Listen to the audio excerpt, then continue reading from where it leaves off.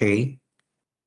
El parcial tenía 7 preguntas, donde pues en la primera teníamos que relacionar conceptos con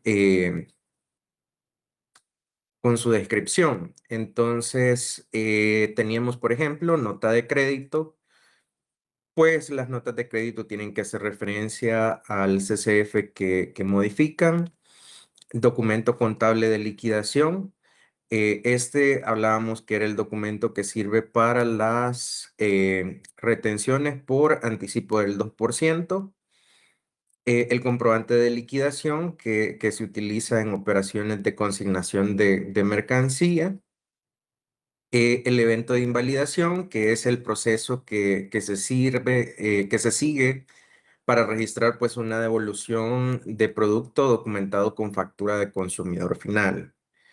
Y finalmente, pues comprobante de retención, se documentan retenciones de IVA. Este valía 2 puntos, entonces era 0,5 cada, no, perdón, valía 2 puntos, entonces era 0,4 por cada una de las preguntas. Luego tenemos el punto 2, que aquí era todo un caso, ¿verdad? Era un ejercicio que tenía 3 puntos. La forma de calificar esto fue la siguiente. Em, 2 puntos básicamente en la resolución de las diferentes operaciones que se tenían. 0,40 si la liquidación del IVA del IVA crédito estaba correcta, y 0,40 si la liquidación del IVA débito estaba correcta.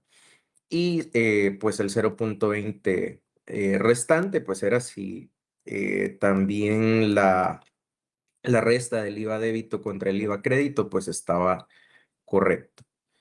Entonces, ¿qué tenemos por acá? Primero, nos dice, durante el mes, la compañía registró ventas locales grabadas, documentadas con comprobante de crédito fiscal por un valor de 200,000 IVA incluido, mediante los CCFs 1 al 200, el 30% de las ventas hacia medianos contribuyentes.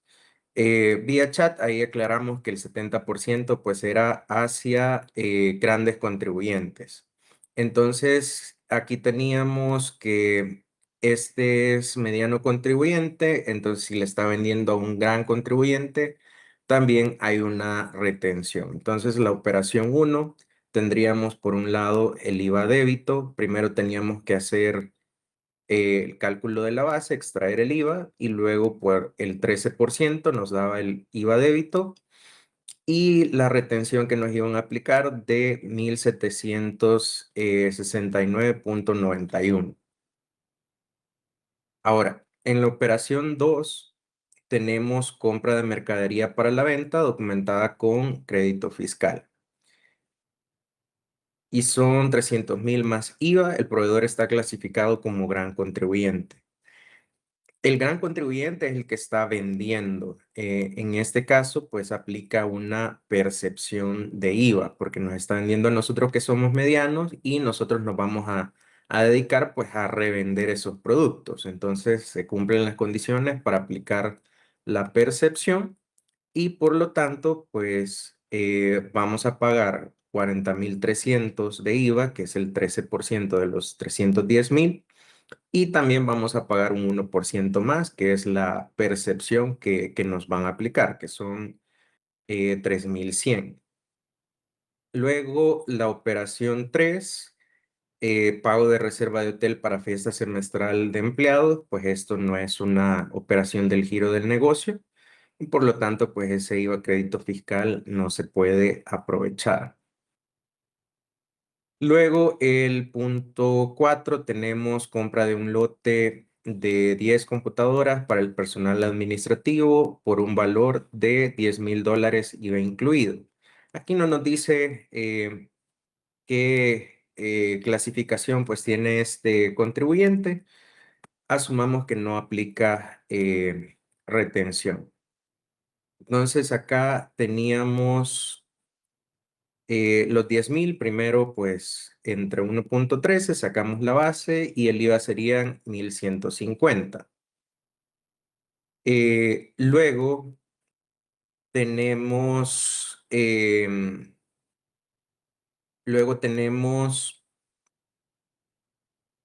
los 1,725.66, que es una reversión.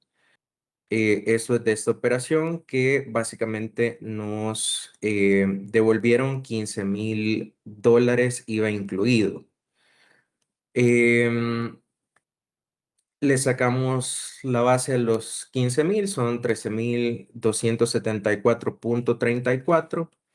Y acá básicamente pues tenemos el IVA, el 13% de los 13,274. Y también recordemos que esto nos hace referencia al punto 2. ¿Qué pasó en el punto 2? Fue una compra de mercadería que nosotros hicimos a un gran contribuyente. Nos aplicaron una percepción de un 1%. Y si ahora estamos devolviendo producto, pues también parte de la percepción se tiene que reversar. Entonces, que eso sería los 132.74. Ahora, en el punto 6 nos dice que se emitieron tres notas de crédito y tenemos los valores: 2,000 más IVA, 500 IVA incluido y 1,750 más IVA. Las primeras dos corresponden a operaciones del mes, mientras que la última corresponde a una operación realizada en el mes de enero 2026. Todas las devoluciones están asociadas a operaciones con grandes contribuyentes. Aquí primero vamos a descartar la de 1,750 porque está fuera de plazo. No la podríamos disminuir del débito fiscal de este mes, entonces solo nos quedarían esas dos operaciones. Que por un lado, pues el IVA de los 2,000 serían 260. Y y de los 500, pues le sacamos la base por el 13%, nos da 57.52. ¿Qué hace falta acá? Acá hace falta también la reversión de parte de la retención del 1% de IVA. Recordemos que aquí dice de que están asociadas a operaciones con grandes contribuyentes. Entonces, cuando nosotros les vendimos, ellos nos retuvieron el 1%. Entonces, ahora cuando estamos devolviendo, pues nos ajustan también el IVA retenido, ¿verdad? Que entonces acá sería los 2,000 por el 1%. Y de esta de 57.52 realmente, al ser un valor menor perdón, de los 57.52, la base eran los 500, ¿verdad? Entonces también aplica lo mismo.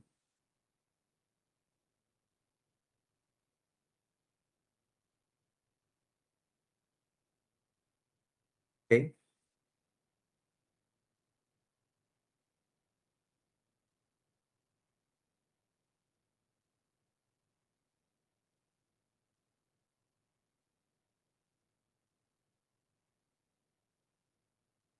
Vamos a ver.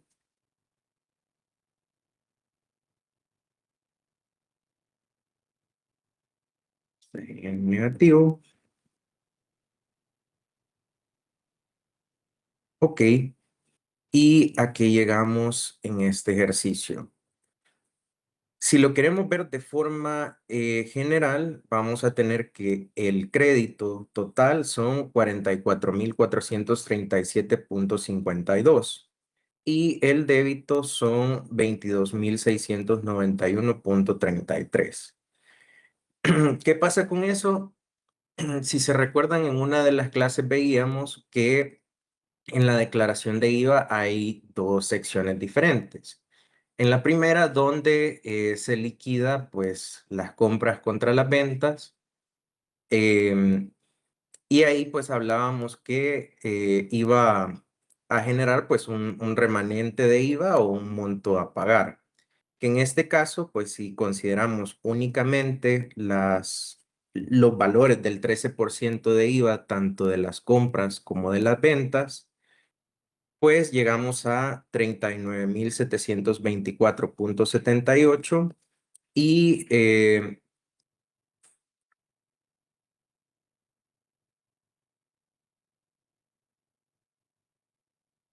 y llegamos a, veamos,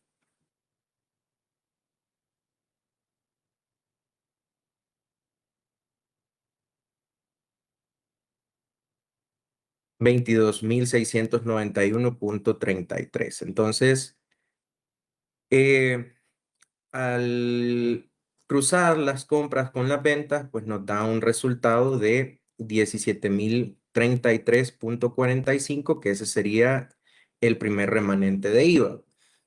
Pero también tenemos estos 4.712,74. ¿De dónde salen? Básicamente de las operaciones de retenciones y percepciones que nos efectuaron. Como en este caso nosotros éramos medianos contribuyentes, nosotros fuimos sujetos a esas retenciones y a esas percepciones. Entonces nos queda también pues un remanente de 4.712,74. Em, de todos los ejercicios que vi, creo que nadie lo separó de esta forma, entonces tomé por válida esta forma de liquidar el IVA, ¿verdad? Que es la general, pues se está generando 21.746,19 de remanente general, ¿verdad? Pero realmente lo deberíamos de tener separado, 17.033,45 y 4.712,74. A nivel de la declaración quedan en dos casillas separadas, pero consideré dar por válido este tratamiento y pues quienes llegaron a estas conclusiones pues han tenido los 3 puntos. Ahora, ¿qué pasa con los que no llegamos a este resultado? Lo que hice fue que aquí tenemos básicamente 5 operaciones que nos afectan el cálculo. Tenemos la 1, la 2, la 4, la 5 y la 6. Son 5 operaciones. Los 2 puntos básicamente los dividimos entre 5 y nos daba 0,40 por cada uno de los puntos. Para el punto número 1, por ejemplo, que tenía dos cantidades. Hay algunos que solo determinaron pues la primera, entonces ahí es 0,20. Lo mismo para el punto 2. Si tenían los 4.300 y la percepción de 3.100, pues ahí tenían 0,40, si no, solamente 0,2. Luego con el punto 4, ahí pues era un valor único, entonces era 0,40. En el punto 5 si eran dos valores, entonces ahí si tuvieron la parte de, mm, de la base, pues es 0,2 y se tienen los dos valores, pues es 0,4. Ahora del punto 6, si tienen las dos notas de crédito que afectan el débito, pues ahí tienen 0,2 y si tienen también la reversión a las retenciones, pues ahí tendrían el otro 0,2. Como les dije, si llegaron a este 22.691,33, que varios vi que sí llegaron a este valor, ahí tenían 0,4. El otro 0,4 era si llegaban pues a este valor de los 44.437,52. y 0.2 por este último valor, 21.746.19. Esa fue la forma en cómo se calificó ese punto.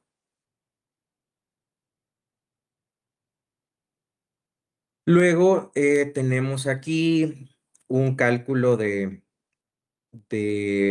IVA proporcional deducible para estos 3 meses. Nos daban las operaciones de compras, importaciones, el IVA crédito fiscal y las operaciones de venta, donde teníamos ventas exentas y ventas no sujetas. Ahora,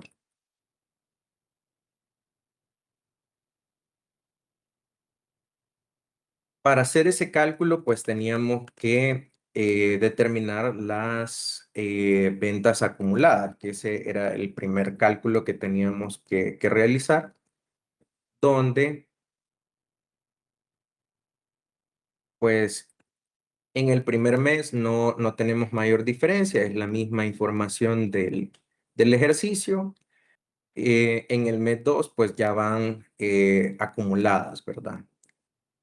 Lo del mes 1 más lo del mes 2. Y para el mes 3, lo mismo. El acumulado del mes 1 más el mes 2 más el mes 3. Y de esa forma, con los saldos acumulados, es que vamos a determinar los factores de proporcionalidad. ¿Cómo se determinaba el factor? Pues operaciones grabadas, que en este caso eran las locales, más las exportaciones, entre el total de ventas. Ahí nos daban esos factores y de resultado pues teníamos 10.505.41, 75.940.64 y 48.163.36. Esos eran los resultados. Em, este punto valía 2 puntos. Es decir, que nos tendría que haber quedado 0.66 para cada uno de los puntos. Sin embargo, pues le he dado 0.7 si tienen una respuesta correcta, em, 1.4 si tienen dos y pues los 2 puntos completos si tienen las tres preguntas correctas.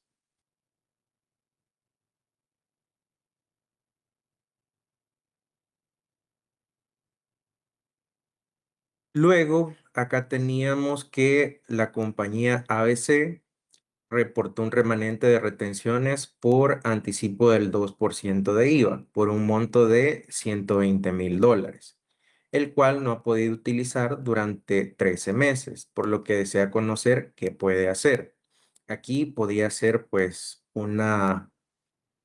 eh, podían ser varias respuestas.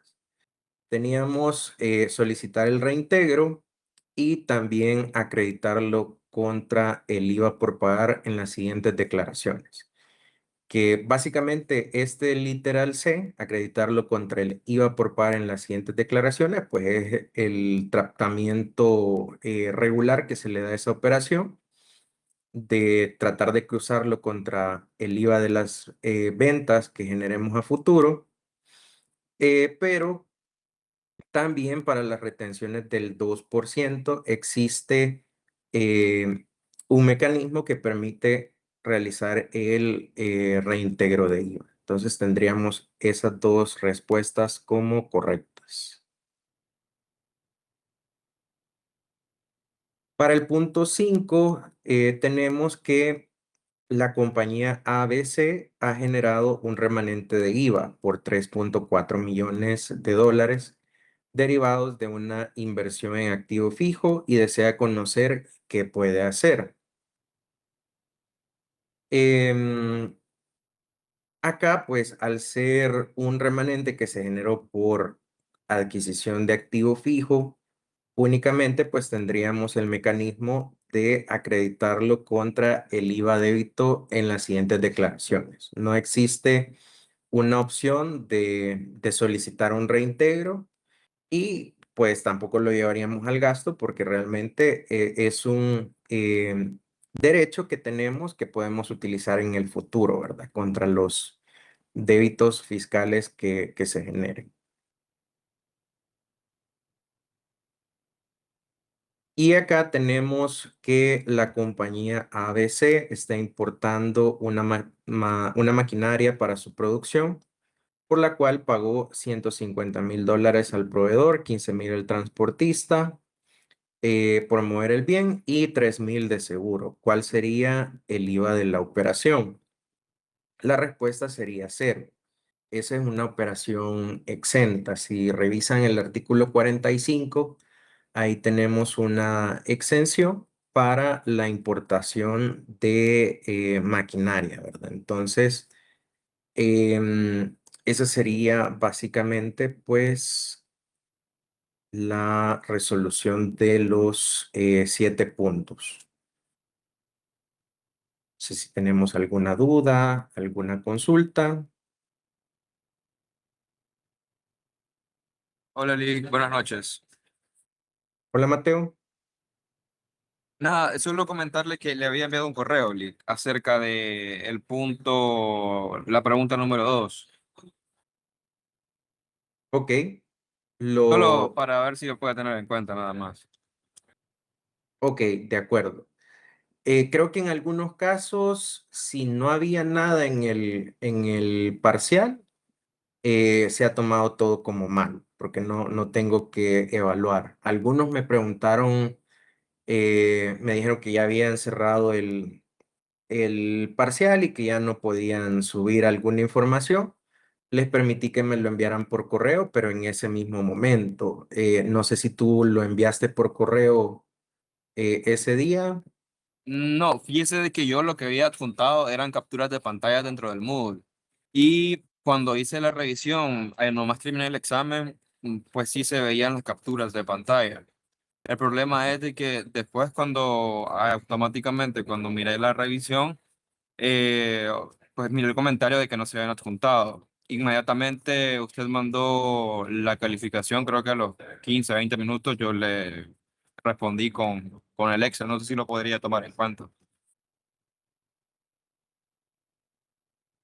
Lo podemos revisar, pero realmente si no fue el día de la prueba dentro del horario, no lo creo, pero lo revisamos. Perfecto, muchas gracias. De acuerdo.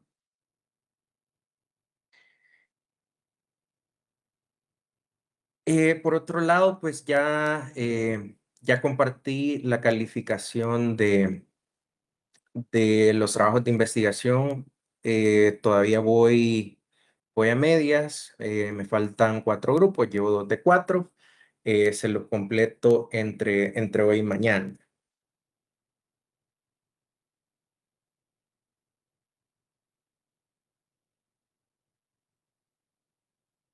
Ok, si no hay alguna duda o consulta del parcial, revisen en la plataforma. Yo a todos los que tenían puntos extra, pues ya se los apliqué directamente eh, en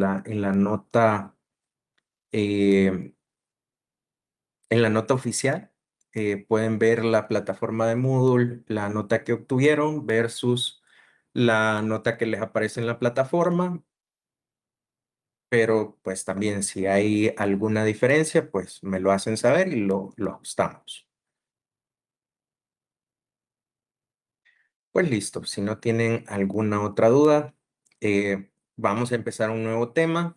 Tenemos la ley de impuestos sobre la renta, que es el tema que empezaríamos a ver este día. Denme un momento.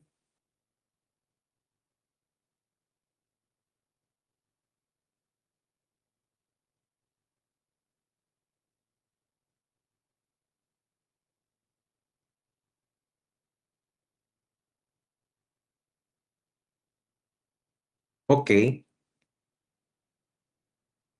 creo que como habíamos anticipado al inicio de esta materia, pues nos íbamos a centrar pues en una primera unidad donde veíamos tanto el Código de Comercio como el Código Tributario, que en el Código Tributario pues ya comenzábamos a ver algunas generalidades de temas impositivos y luego pues en la segunda parte nos encargamos de ver la ley de IVA, por lo que únicamente nos quedaría de ver el impuesto sobre la renta.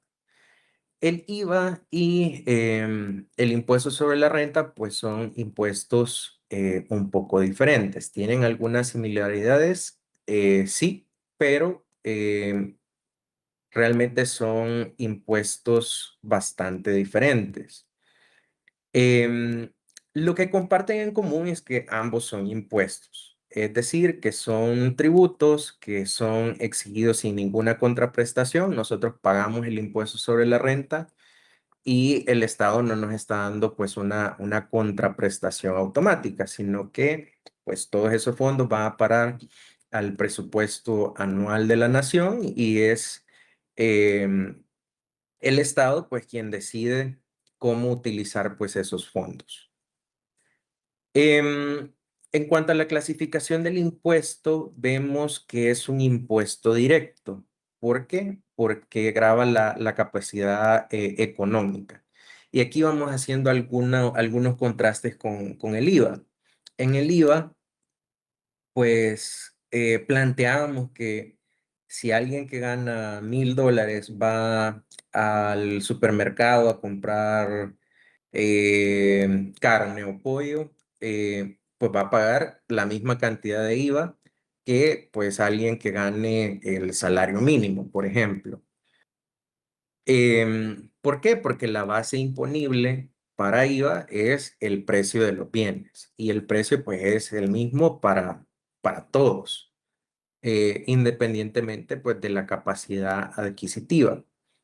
En cambio, el impuesto sobre la renta aquí sí paga más quien gana más. Es todavía un poco más evidente con las personas naturales, porque ya vamos a ver que el impuesto pues se calcula con base a unas tablas, no es un porcentaje específico, sino que es un cálculo con base a una tabla que tiene diferentes tramos. Pero esos tramos va aumentando, no solo no en la misma proporción, digamos, sino que incluso va colocando pues mayores valores de impuesto para las personas que tienen salarios mayores. Vamos a ver más adelante cómo funcionan esas tablas, pero ese es el principio que tiene este impuesto, que va a gravar la capacidad económica de las personas. Los sujetos pasivos, pues son los mismos que veíamos en, en el IVA: personas naturales o jurídicas, sucesiones, sociedades irregulares, nulas o de hecho, fideicomisos, cooperativas, uniones de personas. Todos estos, pues forman parte del listado de sujetos pasivos de este impuesto. Y aquí algo importante, que incluso vamos a considerar como sujetos pasivos a algunas entidades que no están domiciliadas en El Salvador. Ya vamos a revisar a detalle el principio de territorialidad para propósitos de renta, que es un poco más amplio. Los que están excluidos de este tributo, pues son el Estado, las municipalidades y las fundaciones sin fines de lucro. Em, Básicamente, pues el Estado y las municipalidades no van a pagar IVA porque básicamente es el mismo Estado, ¿verdad? Forman parte del mismo Estado, y las fundaciones sin fines de lucro, pues es un beneficio fiscal que el legislador ha otorgado a ese tipo de entidades que se dedican pues a fines sociales. Tienen que tener pues su debida acreditación ante el Ministerio de Gobernación pero cuentan básicamente pues con ese beneficio. Luego, las leyes que regulan este impuesto, principalmente la Ley de Impuestos sobre la Renta y su reglamento de aplicación, y también el Código Tributario. Aquí nos va a pasar bastante similar a la ley de IVA, donde pues en la ley teníamos los principios básicos y la descripción de los diferentes sucesos que conllevan pues el pago del impuesto. Y en el Código Tributario pues tenemos un régimen de retenciones. Eh, para IVA pues veíamos las retenciones del 1%, las percepciones del 1% y los anticipo cuenta del 2%. Ahora, para renta vamos a ver que existen retenciones a empleados, retenciones por servicios profesionales, retenciones por la adquisición de intangibles o también retenciones a no domiciliados. Entonces, esos dos cuerpos normativos se van a complementar. Lo vamos a ir viendo pues un poco más a detalle. Ahora, en cuanto al hecho generador, que este es de los elementos básicos que vemos en todos los impuestos, determinar cuál es el hecho generador, cuál es la situación que conlleva que yo tenga que pagar un impuesto. Y acá la ley pues lo plantea de una forma bastante general. Nos dice la obtención de rentas por los sujetos pasivos en el ejercicio o periodo de imposición de que se trate, y pues eso genera la obligación de pago del impuesto establecido en esta ley. Eso es lo que nos plantea el, la ley de impuestos sobre la renta. Ahora, ¿qué tipo de rentas puedo obtener? Puedo obtener rentas grabadas, que aquí cuando hablamos de rentas grabadas es bastante parecido al concepto que hablábamos en IVA, operaciones que están sujetas al pago de impuesto. Eso se mantiene en este impuesto. Cuando hablamos de rentas grabadas son operaciones que van a pagar impuesto. Por otro lado, tenemos rentas excluidas y rentas no grabadas. Em, por un lado, las rentas excluidas eh, son operaciones que el legislador, eh, en las que el legislador ha determinado que no constituyen rentas. Es bastante similar a las rentas no grabadas, porque las rentas no grabadas son operaciones donde el legislador las ha eximido del impuesto. Ustedes me podrían decir, entonces son conceptos bastante similares a ventas no sujetas y ventas exentas. La respuesta sería no, ¿verdad? ¿Por qué? Porque en IVA las no sujetas pues eran operaciones que no constituían hecho generador. Y las exentas pues eran las que sí constituían hecho generador, pero que por disposición legal no pagabas impuesto. Ahora, en este caso, en las rentas excluidas y las rentas no grabadas, en ambos casos son operaciones donde sí hay un hecho generador, sí se ha obtenido pues una renta, pero en ambos casos el legislador las ha dejado libres del pago de impuestos.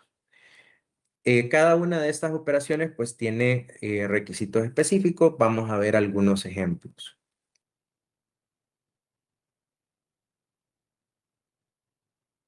Primero que nada, cuando hablamos de rentas grabadas. Cuando hablamos de rentas grabadas, como les decía, el concepto es bastante amplio y nos plantea que son todas aquellas productos o utilidades que hayan sido percibidos o devengados por los sujetos pasivos, ya sea en efectivo o en especie, provenientes de cualquier clase de fuente. Y podemos tener cuatro tipos de fuentes: fuentes del trabajo, es decir, si ustedes son asalariados, es decir, trabajan en una empresa, tienen un contrato, ya sea de dependencia laboral o por servicios profesionales, pues entraría como eh, fuente del trabajo. Actividad empresarial. Ustedes tienen una sociedad que se dedica a determinados actos de comercio, a vender bienes, prestar servicios, etcétera. Em, los ingresos que perciba, pues básicamente esa sociedad o ese negocio, pues van a ser rentas provenientes de la actividad empresarial. Luego tenemos rentas del capital, que estas, por ejemplo, es cuando el dinero se multiplica solo, por así decirlo. Por ejemplo, nosotros damos un financiamiento y vamos a obtener intereses. Nosotros no vamos a estar haciendo una actividad como tal, ¿verdad? Nosotros solamente entregamos el dinero y esperamos que a cambio nos devuelvan ese mismo dinero más intereses. Esas son rentas del capital. Y también, como último punto, el artículo 2 nos tira un concepto bastante genérico que nos dice toda clase de productos o utilidades. E inclusive ahí nos va dando algunos ejemplos de qué puede considerarse como o qué puede entrar en esta categoría. Y por ejemplo, nos dice aumentos de capital no justificados. De repente, yo tenía un patrimonio de $100,000, pero de 100,000 pasó a 1,000,000. ¿Cómo sucedió eso? Pues nadie lo sabe. Entonces, si es un aumento de capital no justificado, pues eso también es considerado como una renta obtenida que tiene que tributar. Em, Aquí entran también pasivos condonados. Yo tenía una deuda con un tercero y ese tercero me dijo, mira, ya no te preocupes, no me pagues. Esa condonación de deuda, eh, pues se va a clasificar como un ingreso para mí, ¿verdad? Em, Esos son algunos ejemplos. Podemos leer más a detalle el artículo 2, donde vamos a ver pues eh, un detalle un poco más amplio. Luego tenemos rentas excluidas. Nos dice que son los viáticos, pero ojo, aquí no son todos los viáticos, hay ciertas condiciones. Esos viáticos pues tienen que estar documentados a través de facturas o comprobantes de crédito fiscal que estén a nombre del patrón. Si yo trabajo para la compañía ABC y ellos me mandan a visitar clientes y me dicen, no te preocupes, te vamos a cubrir gasolina y te vamos a cubrir alimentación. Esos, de forma general, los podríamos considerar como viáticos. Me están dando esos valores para que yo no tenga que sacar de mi bolsa, sino que dado que voy a andar haciendo operaciones de la compañía, pues la compañía me va a cubrir pues esos gastos. ¿Qué tengo que hacer yo? Pues si voy a comprar comida, pues pedir una factura a nombre de la compañía ABC. Si voy a comprar gasolina, pues pido un CCF a nombre de la compañía ABC. Yo entrego esas facturas a mi empleador y el empleador pues me devuelve el efectivo que yo gasté. Eso pues sería una renta excluida, no tengo que pagar impuestos por eso.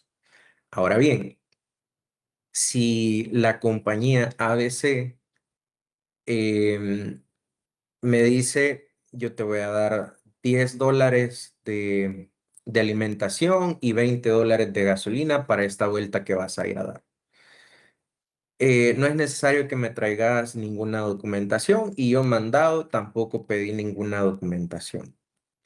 Eso pues no entraría como un viático que esté dentro de la categoría de rentas excluidas. Eso entra como otra bonificación que me están dando y por lo tanto sí tendría que pagar impuestos como una renta gravada. Las herencias em, también son rentas excluidas. En el país, pues si ustedes reciben una herencia, no tendrían que hacer un pago de impuestos. Lo mismo donaciones entre ascendientes y descendientes hasta el segundo grado de consanguinidad y cónyuges. Es decir, que segundo grado de consanguinidad es básicamente de padres a hijos, ¿verdad? Y si tienen esposa, con su esposa o esposo. Em, Si, por ejemplo, sus papás les quieren dar dinero, les quieren dar 100, 200, $1000, lo que sea, pues es al ser una donación entre ascendientes y descendientes, pues también no pagaría impuestos. Lo mismo si ustedes le quieren dar dinero a sus papás, eso tampoco paga impuestos. Y hace un par de años agregaron el numeral 4 a ese artículo 3, donde están las rentas obtenidas en el exterior. El artículo no especifica mucho qué es lo que se tiene que entender como una renta obtenida en el exterior. Lo vamos a complementar con el principio de territorialidad. Lo vamos a ver un poco más a detalle, pero anticipándonos un poco a esa explicación, podrían ser intereses de préstamos que se hayan obtenido o que se hayan otorgado, perdón, hacia alguna entidad en el exterior. Ustedes tienen un exceso de efectivo, dan financiamiento a una empresa del exterior, esa empresa les va a pagar el capital más intereses y por lo tanto, pues los intereses no serían em, obtenidos en El Salvador, sino que serían obtenidos en el exterior. Eso pues sería un ejemplo de este numeral 4. Ahora, en las rentas no grabadas, aquí sí tenemos un listado bastante amplio. Aquí he puesto pues algunos ejemplos. eh, que en el numeral 1 es una disposición genérica. Todas las rentas que por disposición legal sean consideradas como no gravables.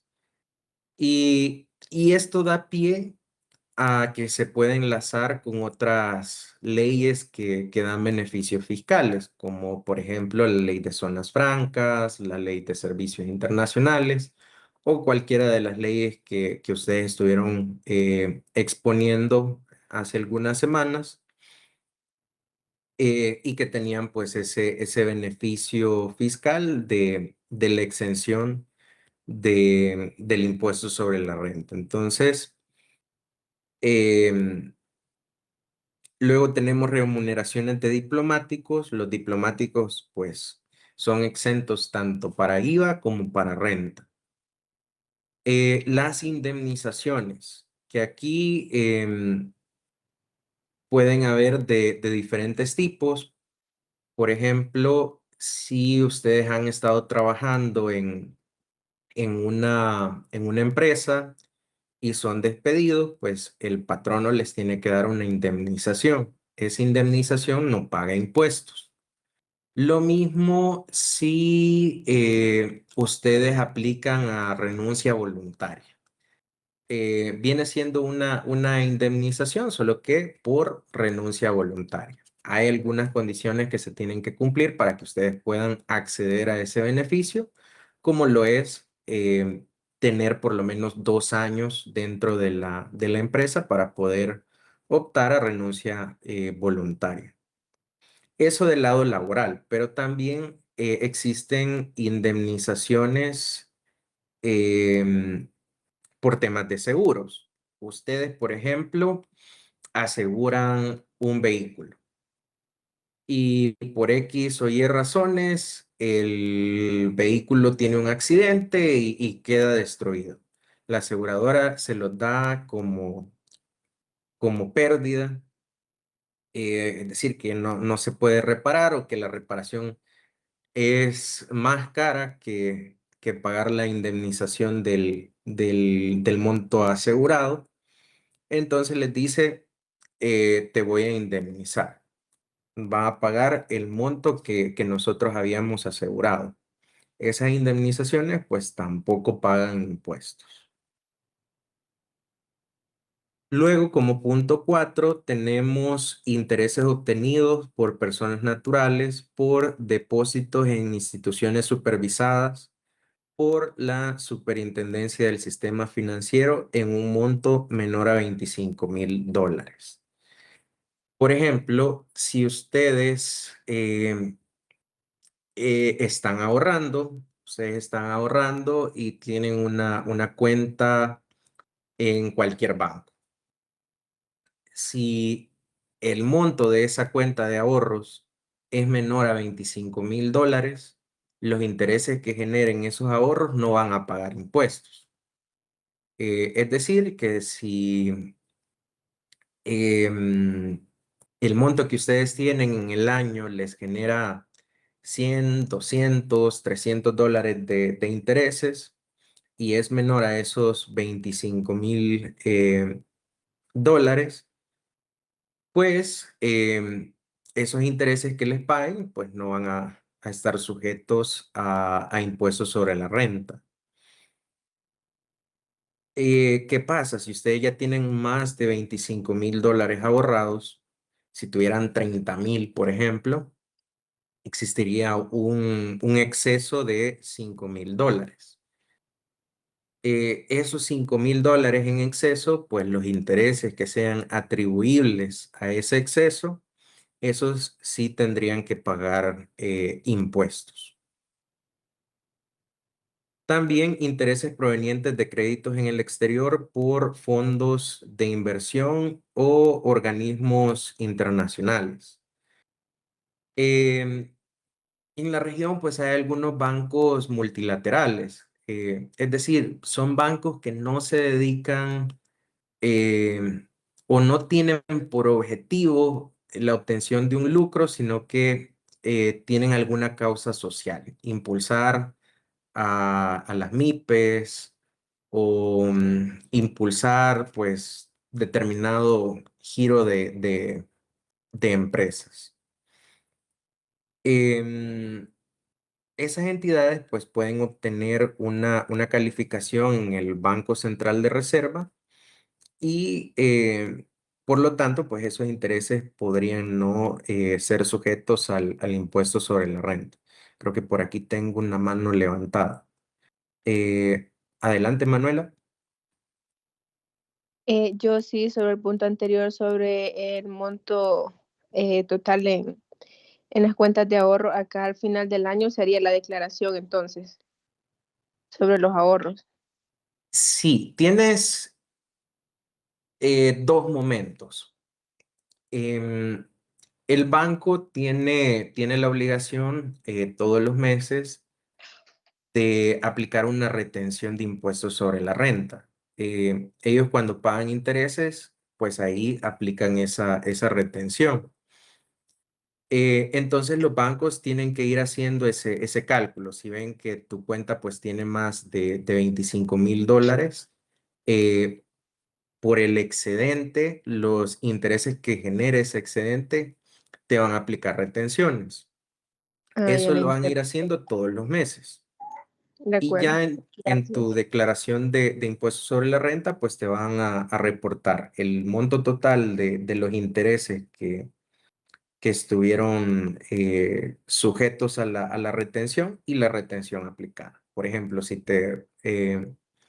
sobre ese exceso te representó $1,000, pues ellos te van a retener el 10% y te van a reportar $100 como retención, 900 líquido en tu cuenta. De acuerdo. Gracias. Listo. Luego tenemos utilidad obtenida por una persona natural por la venta de la primera casa. Ahora bien, este tiene un límite, que este vamos a verlo en la Ley de Impuestos sobre la Renta. Si buscamos el artículo 4,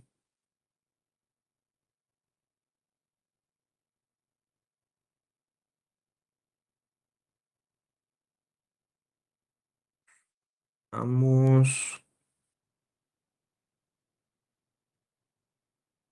aquí tenemos, en el numeral 12 tenemos, déjeme un momento, lo vamos a proyectar acá.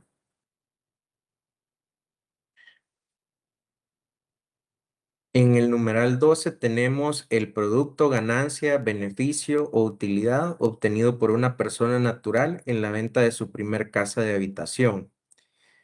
Siempre y cuando pues el valor de la transacción no sea superior a 723 salarios mínimos mensuales y que esa persona pues no se dedique habitualmente a la compraventa o permuta de inmuebles. ¿Qué quiere decir esto? Si ustedes compran pues su primera casa, se van a vivir pues a esa casa y al cabo de algún tiempo ustedes toman la decisión de que quieren vender, pues esa primera venta puede estar exenta del pago de impuestos. Digo puede porque tiene un límite, que son los 723 salarios mínimos. Ahorita el salario mínimo para propósitos tributarios sería de 403,20 si no mal recuerdo, que serían 291,513. Si el valor de la vivienda que ustedes están vendiendo tiene un precio de venta menor a esos 291,000 dólares, pues ahí no tenemos que pagar nada de impuestos. Pero si ya la casa pues, valiera 400,000, 500,000 dólares, pues tendríamos este monto como no grabado y el diferencial, pues ese sí lo tendríamos que someter al pago de impuestos.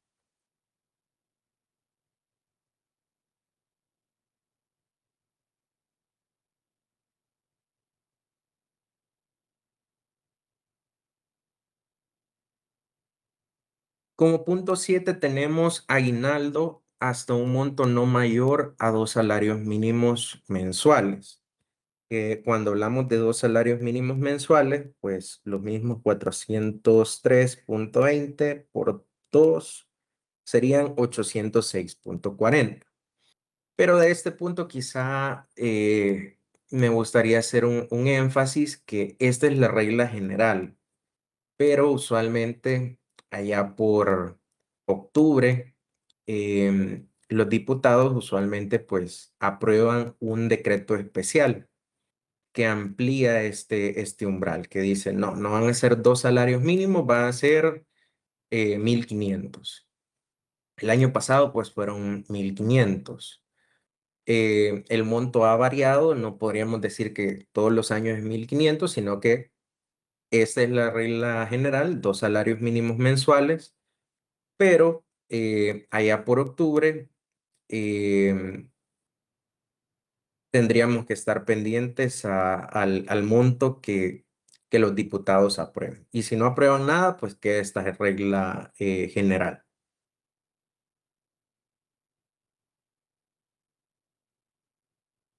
Esos son solo algunos ejemplos. En el artículo 4, pues tenemos 16 numerales que podríamos ir revisando pues más a detalle con su lectura. Em, y luego tenemos el concepto de territorialidad, que este lo vamos a encontrar en el artículo 16 de la Ley de Impuestos sobre la Renta. De hecho, el artículo se denomina rentas obtenidas en El Salvador. Y por eso es que les decía de que eh, la definición de rentas obtenidas en el exterior, pues si bien no estaba definido en el artículo 3 numeral 4, lo podemos determinar viendo qué es lo que no se considera como rentas obtenidas en El Salvador. El artículo 16 nos dice que la renta proveniente de bienes situados en el país, em, actividades efectuadas o capitales invertidos en el país, servicios prestados o utilizados en el país, propiedad intelectual registrada en el país, títulos valores cuando la entidad emisora o el receptor del beneficio es salvadoreño. Em, ¿Qué tendríamos acá? Cuando hablamos de bienes situados en el país, estaríamos hablando, por ejemplo, de algún bien mueble o inmueble. Aquí en la ley de impuestos sobre la renta, pues no nos interesa mucho si es un bien mueble o un inmueble. Independientemente de lo que sea, si nosotros lo vendemos y obtenemos una ganancia, pues eso va a estar sujeto al pago de impuestos, siempre y cuando pues eh, ese bien esté en El Salvador. Y quizás aquí vamos a ir a ver también la ley para tener un poco más amplio este concepto.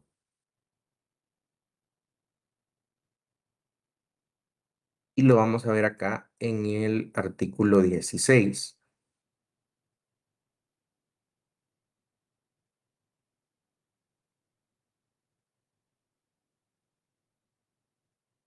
Esta parte es básicamente el general que veíamos descrito en la diapositiva, pero luego nos comienza a ir desglosando. Aquí, por ejemplo, nos dice la renta proveniente de servicios que se utilicen en el país constituirán renta obtenida en El Salvador para el prestador del servicio, independientemente que la actividad que los origina se realice en el exterior. Si se recuerdan, en la ley de IVA veíamos que pueden existir importaciones de servicio.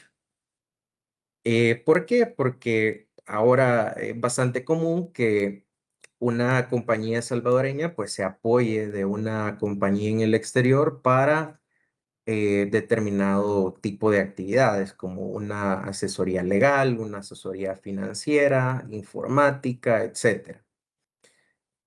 Podemos contratar a una empresa que esté en España, que esté en Estados Unidos, Reino Unido, Asia, África, cualquier país del mundo. Ellos van a tener su personal que está en cada uno de esos países y desde esos países nos van a prestar un servicio que nosotros vamos a utilizar acá en El Salvador. Yo contraté una asesoría financiera porque necesito estructurar de mejor forma mi negocio. Entonces yo utilizo esos conocimientos que me ha proporcionado el no domiciliado acá en El Salvador. Entonces lo que nos dice este párrafo, lo que nos dice este párrafo es que para el no domiciliado, el hecho de que yo como empresa salvadoreña utilice ese servicio en territorio salvadoreño, pues conlleva a que el ingreso que él va a recibir pues sea un ingreso grabado, un ingreso obtenido en El Salvador y por lo tanto pues tiene que pagar impuesto. ¿Qué impuesto tiene que pagar?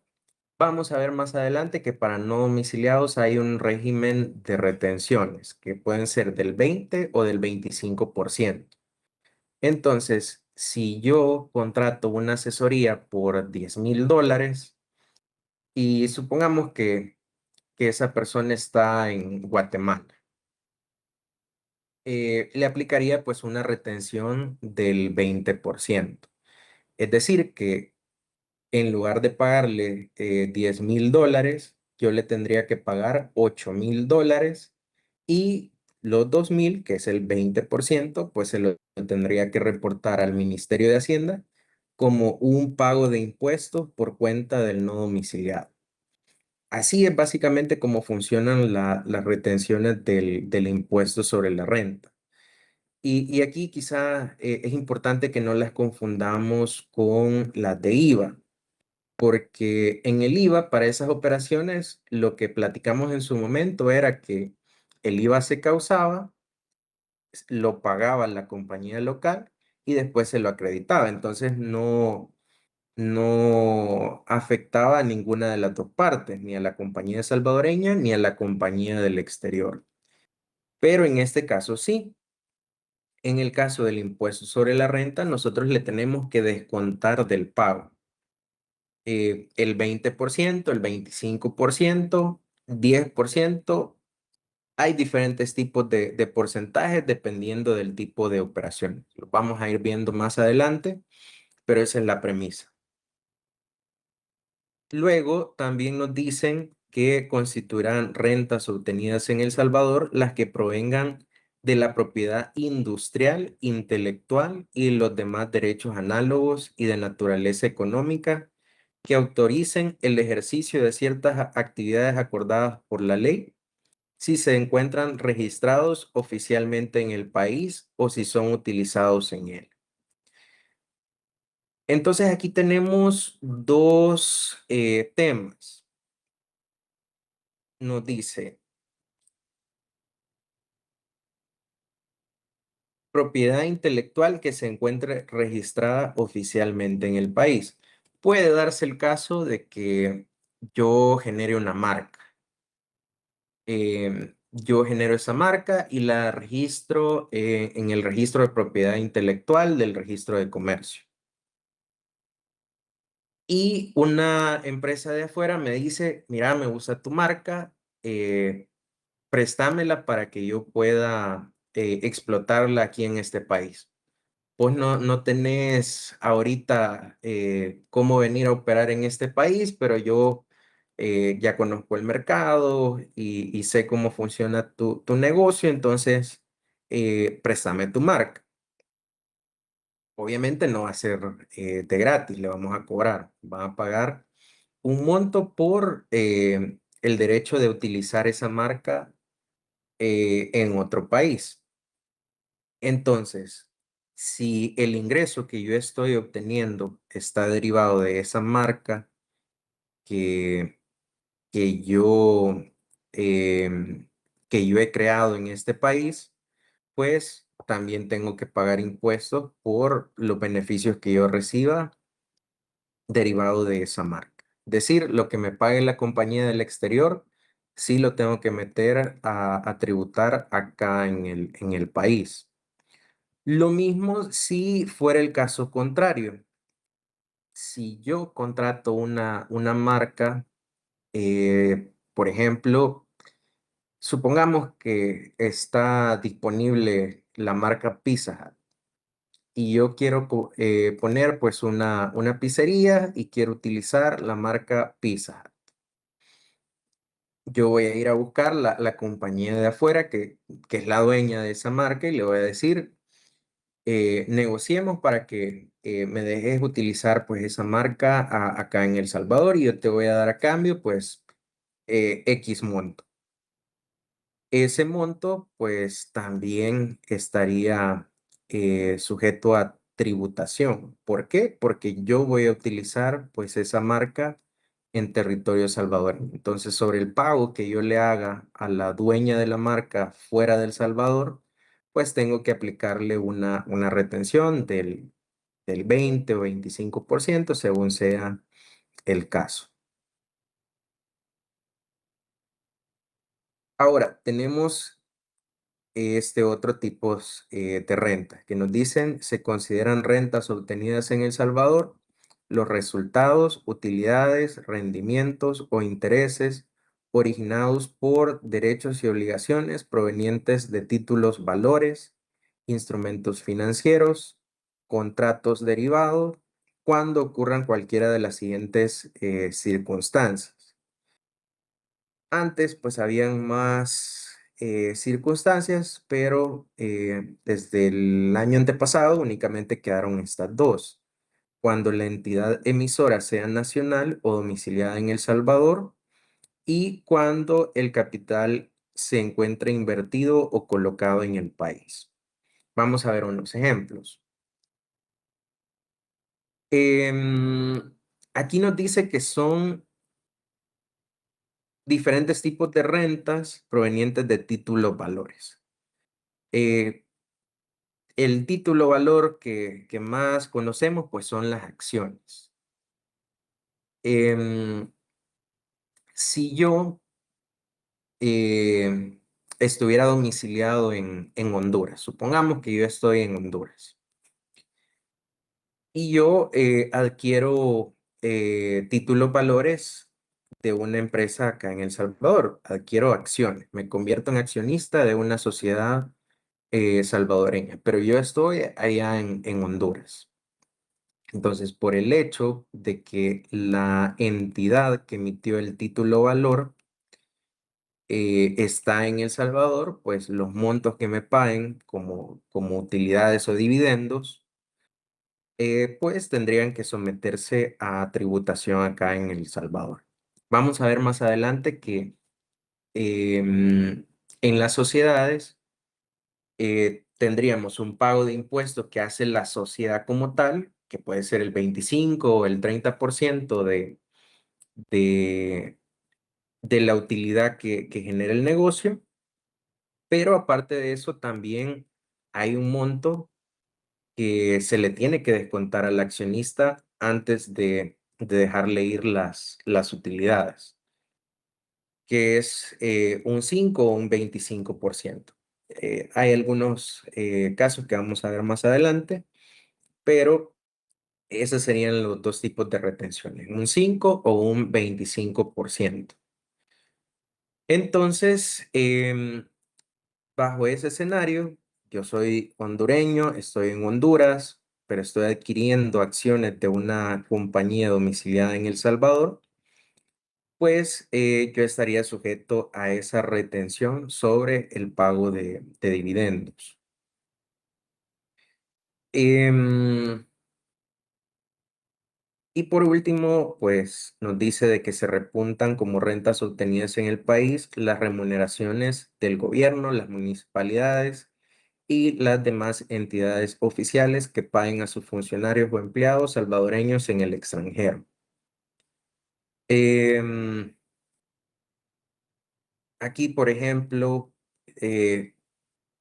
si tuviéramos a un funcionario del gobierno que está en la embajada de El Salvador en Estados Unidos, de El Salvador en México, El Salvador en España, pues también lo que estén recibiendo como pago, pues esos funcionarios tienen que pagar impuestos acá en El Salvador. Em, Ahora, de esto que comentamos, analizando lo del concepto de rentas obtenidas en el exterior, pues podríamos llegar a algunas conclusiones. Y de hecho, esa reforma que se hizo hace un par de años, justamente em, le quitó el pago de impuestos a algunos tipos de operaciones. Por ejemplo, si nosotros somos salvadoreños y tenemos acciones de una sociedad mexicana, por poner el ejemplo, em, esa sociedad mexicana pues nos puede pagar en algún momento dividendos. bajo el concepto que teníamos anteriormente, pues eso también era considerado como una renta obtenida en El Salvador y también tenía que pagar impuestos en El Salvador por esas utilidades de esa empresa mexicana. ¿Qué pasa ahora? Ahora sí, el dividendo es pagado por una compañía no domiciliada, pues eso se considera como obtenido en el exterior. ¿Por qué? Porque para este rubro únicamente tengo estas dos condiciones. Solamente vamos a pagar impuestos por esas operaciones si la entidad emisora es nacional. Entonces, para las acciones que han sido emitidas por una sociedad extranjera, pues los beneficios que generen no van a pagar impuestos acá. Lo mismo con instrumentos financieros como lo puede ser un préstamo. Si yo doy un préstamo a una sociedad del exterior y esa sociedad del exterior me paga intereses, pues esos intereses no van a pagar impuestos acá en El Salvador. Así es básicamente pues algunos ejemplos de cómo entender la territorialidad del impuesto sobre la renta. Em, no sé si tenemos alguna duda, alguna consulta.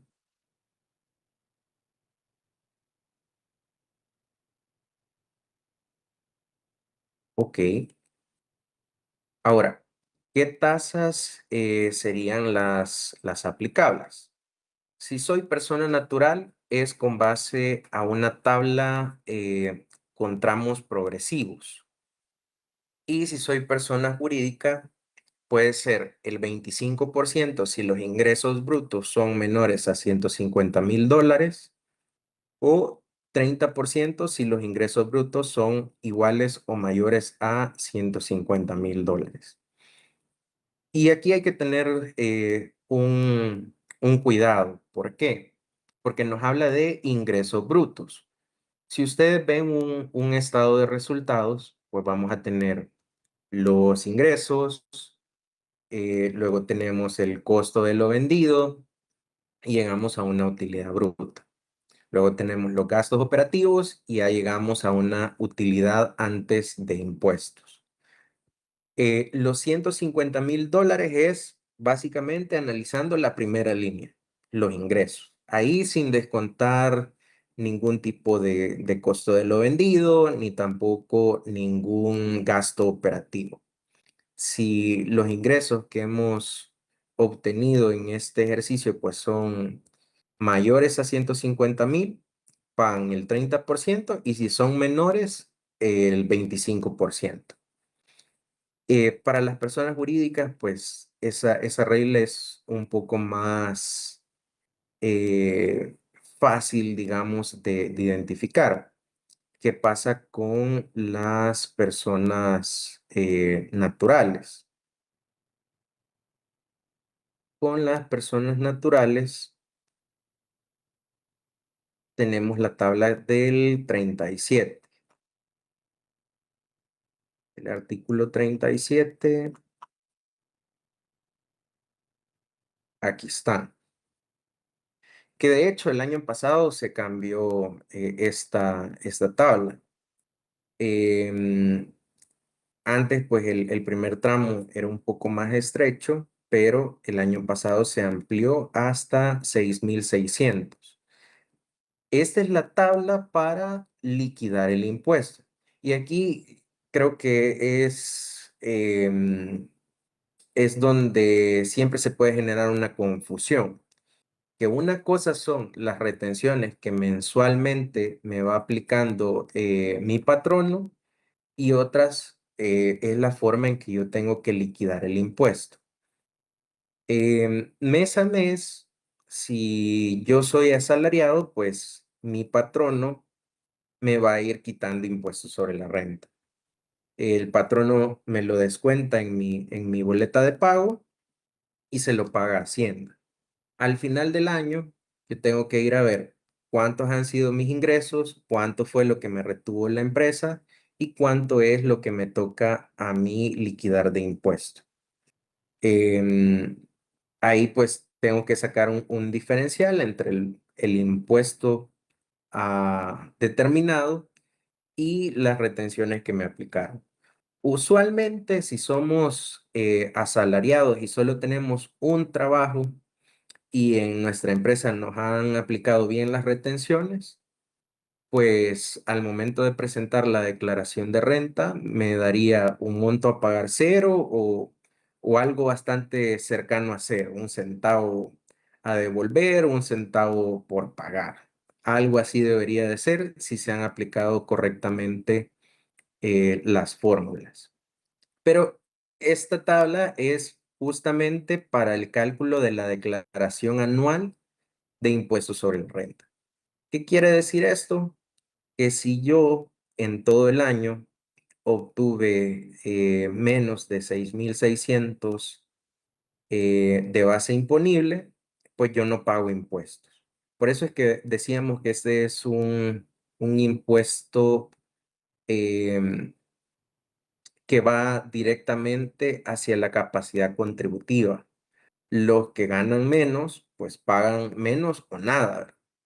Porque aquí, por ejemplo, si estuviéramos ganando salario mínimo, por ejemplo, pues los ingresos anuales serían menores a 6,600 y por lo tanto no pagan impuestos. Ahora, si la renta imponible está entre 6,600 y 9,142, esta es la fórmula para calcular el impuesto, que sería el exceso, ¿verdad? Supongamos que aquí tengo $7,000 en el año. $7,000 menos los 6,600, porque nos dice sobre el exceso de, aquí nos va a dar un diferencial que serían $400. Los $400 por el 10% me daría $40. Y a eso le sumo una cuota fija de 212,12. Eh, Esa sería básicamente la forma de calcular el impuesto sobre la renta. En ese ejemplo, pues nos daría 252,12. Para el tramo 3, que sería de 9,142 hasta 22,857, pues la fórmula del cálculo sería bastante similar, solo que va aumentando, ¿verdad? Aquí ya sería el 20% sobre el excedente de 9,142 y luego el 30% si estamos en el último tramo sobre el exceso de 22,857,14. Y a todo eso pues siempre le sumamos la cuota fija. Entonces si se fijan, pues son tablas que van obligando a quien gana más, tiene que pagar más. Y quien gana menos, pues paga menos o no paga nada. Ese es básicamente el espíritu de la ley de impuestos sobre la renta.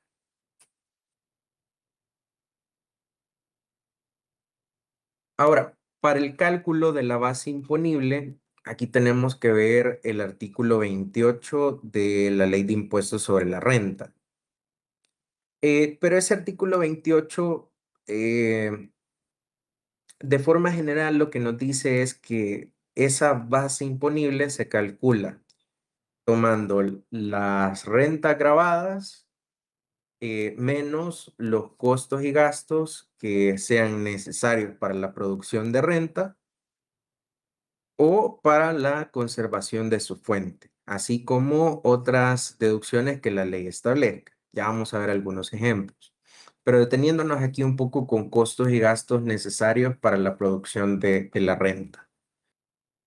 Si yo me dedico a revender mercadería, el costo de vender esa mercadería pues sería un costo necesario para obtener esa renta. Si yo no incurro en ese gasto, de ninguna forma voy a obtener un ingreso.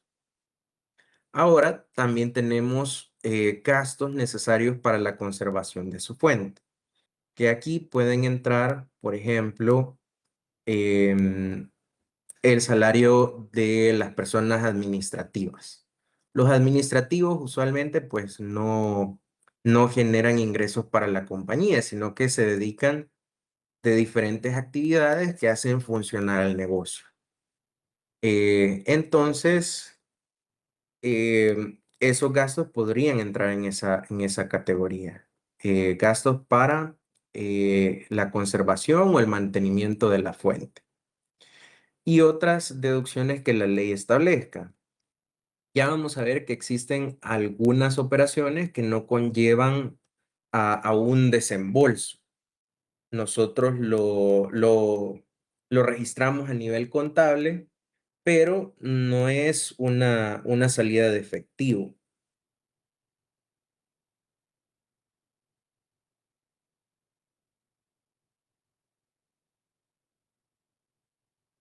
Esos serían, por ejemplo, estos tres elementos, que son las reservas legales, las cuentas incobrables y las erogaciones con fines sociales. La reserva legal, si se acuerdan, es el monto que tienen que constituir las sociedades, que puede variar dependiendo del tipo de sociedad que sean, pero es básicamente un requisito mercantil. Separar el 7% de las utilidades hasta la quinta parte del capital social, que esta es la regla para las sociedades anónimas. Pues como tal, ese dinero se mantiene dentro de la sociedad, pero la ley de impuestos sobre la renta pues nos permite descontarnos ese monto de nuestra base imponible. También las cuentas incobrables, pero aquí para las cuentas incobrables se tienen que cumplir ciertos requisitos.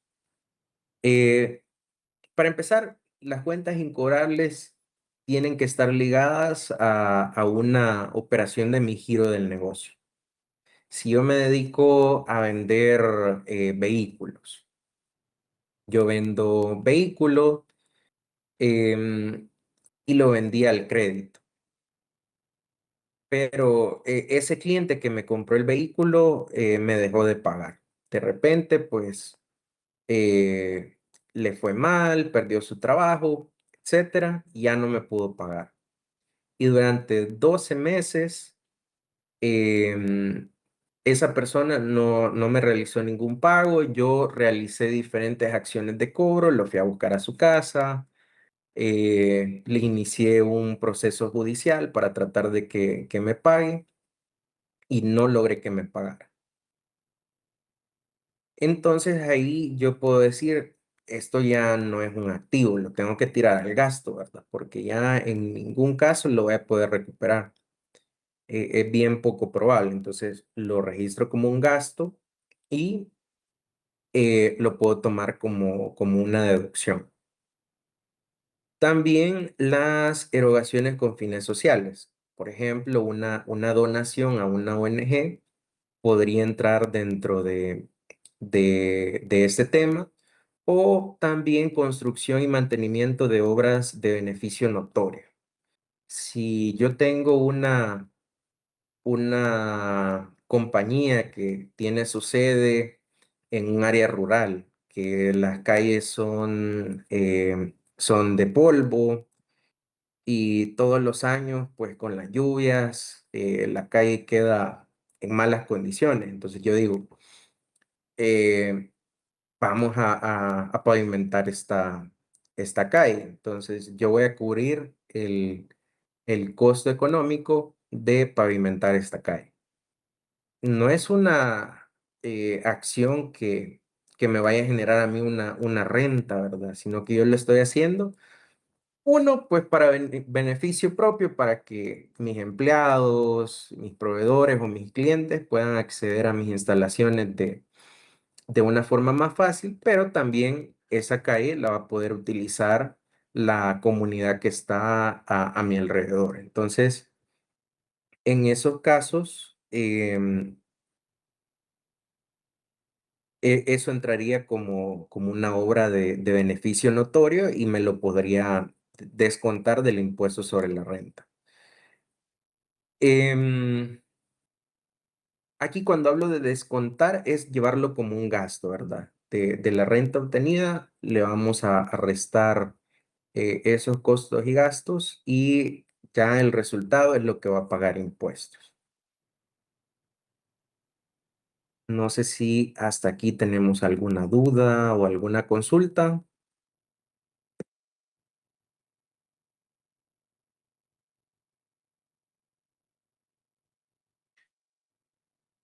Ok, tenemos esto básicamente como introducción para el impuesto sobre la renta. Lean el artículo 29 y 29A, donde nos habla de gastos no deducibles. Vamos a ver que en algunos casos puede ser similar a lo que veíamos en la ley de IVA, pero para renta tenemos mucho más detalle y muchas otras situaciones que nos conllevarían pues no poder aprovechar un gasto como deducible del impuesto sobre la renta. Si no tienen alguna duda o consulta, pues lo dejamos hasta acá por el día de hoy y continuamos el día miércoles.